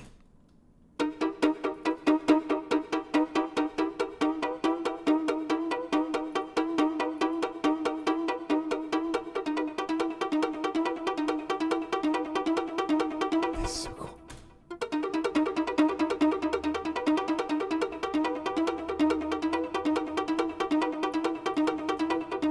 I love that hemiola.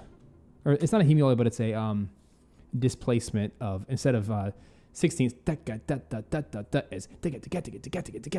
it's off placed.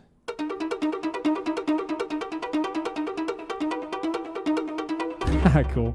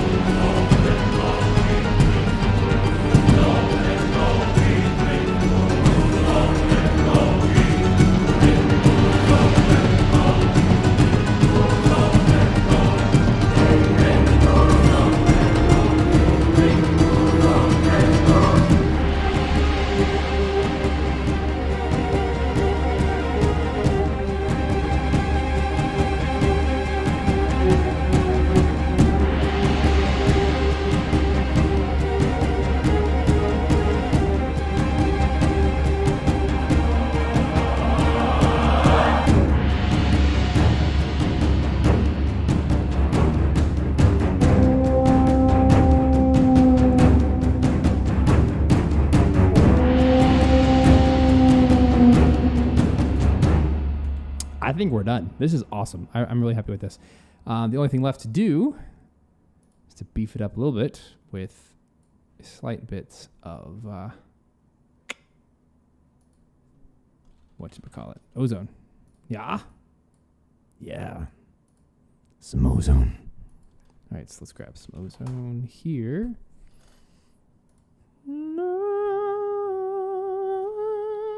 This could actually really use some Tufin throat singer. You want some of that in there? All in favor. About to do it. Because I'm so dumb. Oh, crap.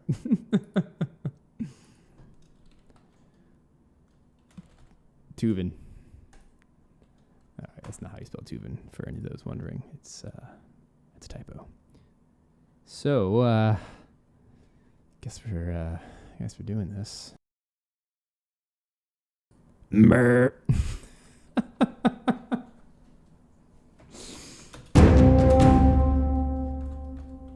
Why not?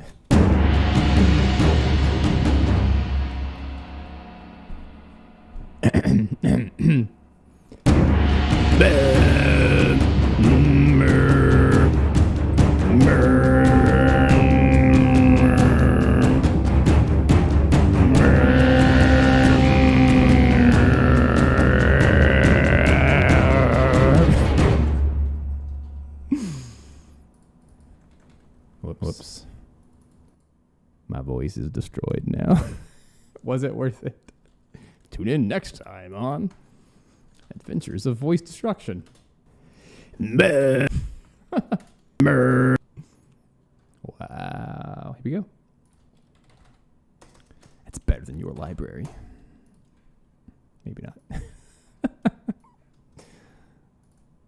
No, don't do it.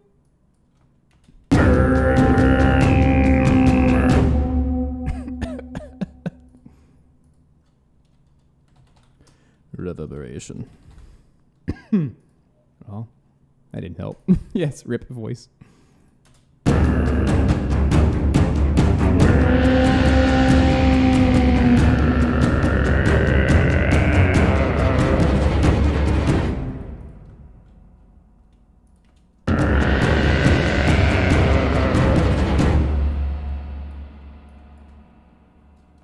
Not terrible.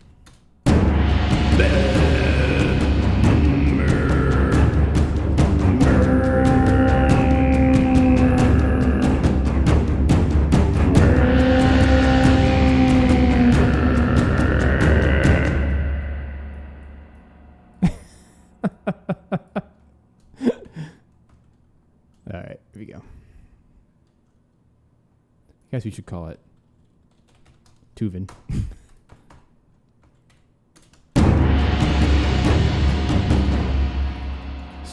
Steuben. There you go.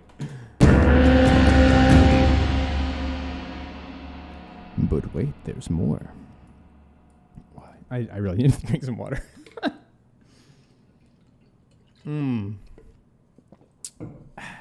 right, let's do some pitch-tastic pitchiness.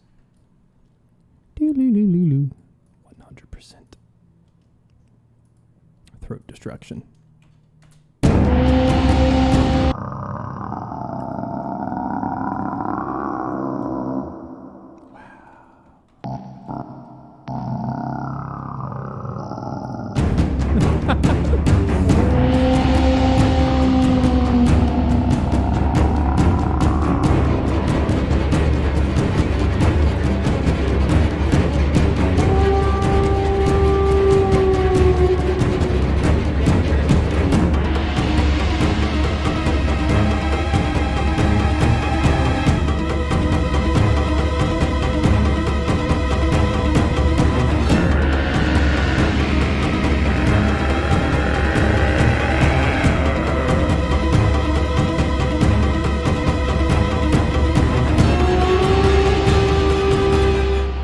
Not the worst idea I've had.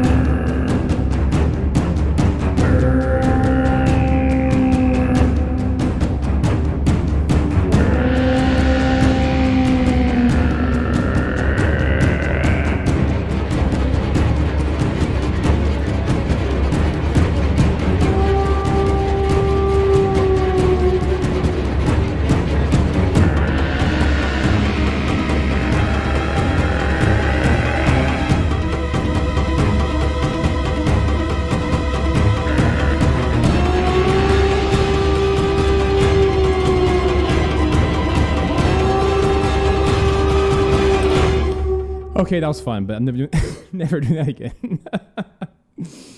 Instead, let me add what I was going to add, the ozone. That was so damaging. Peer pressure at its finest. All right. Let's grab my favorite preset here. Gosh, now my voice is all screwed up. Thanks, guys. Enhanced stereo image.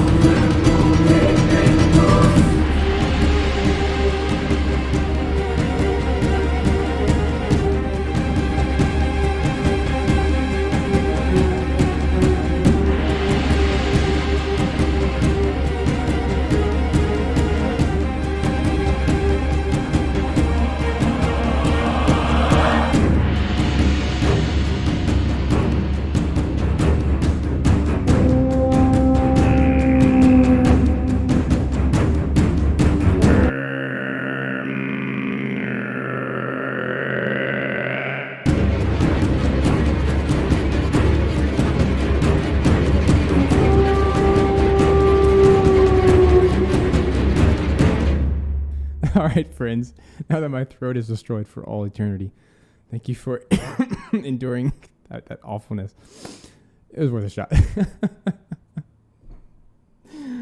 Oh boy. All right, so I'm going to call this done. That was super fun. Thank you, everybody, for joining for this ridiculous stream. And of course, if Ethno World 6 is something you're interested in, quite a bit of the score today was using that. Let me actually solo those things. We had the gong, the zang harp, the drangen, the ragdun horn.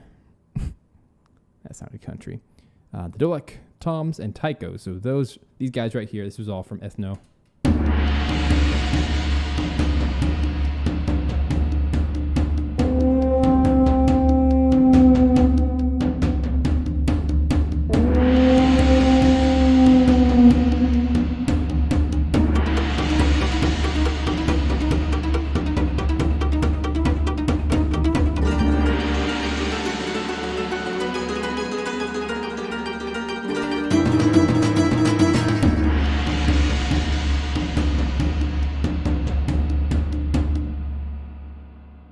So that was a pretty cool, about half of it was just using those instruments. And then beyond that, let me show you just some of the layers behind the track.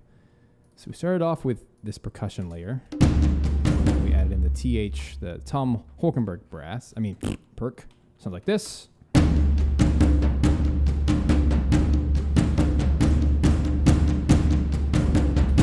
And then I wanted to add some more character, so I add a lot of strings. So this is short strings from Adagietto, 8-dio.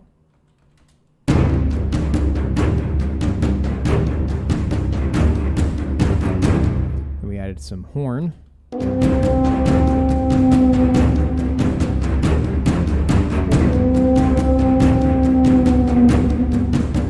Then beyond that, just add a lot of effects. So these are all just little clusters and things from cage strings, even one from Metropolis Arc over here, Metropolis Arc 3, I think. Yeah, down here, Metropolis Arc 3. Just some like crunchy, clustery chords.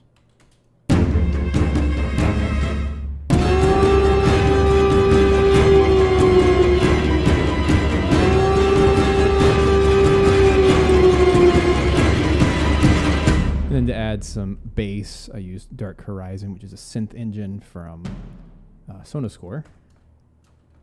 Super cool. Let me grab a little solo of that.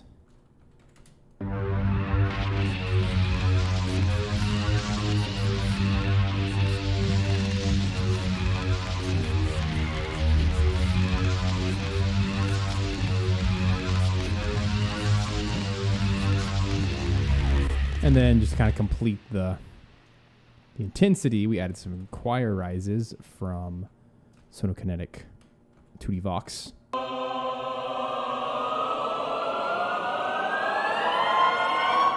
couple of those, and then some choir shouts from, what was this from? From Requiem Light, from Sound Iron.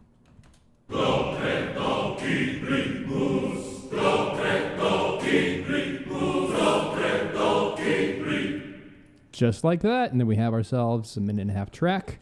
Pretty happy with how that turned out. And then for mixing, just slapped on Ozone 8. I used the preset Enhance Stereo Image, and I changed the maximizer to be a threshold of -1, IRC 4, ceiling of -3, -0.3. And the only thing left, I just, for redundancy, put another limiter, brick wall limiter, -0.3 at the end, and we're done.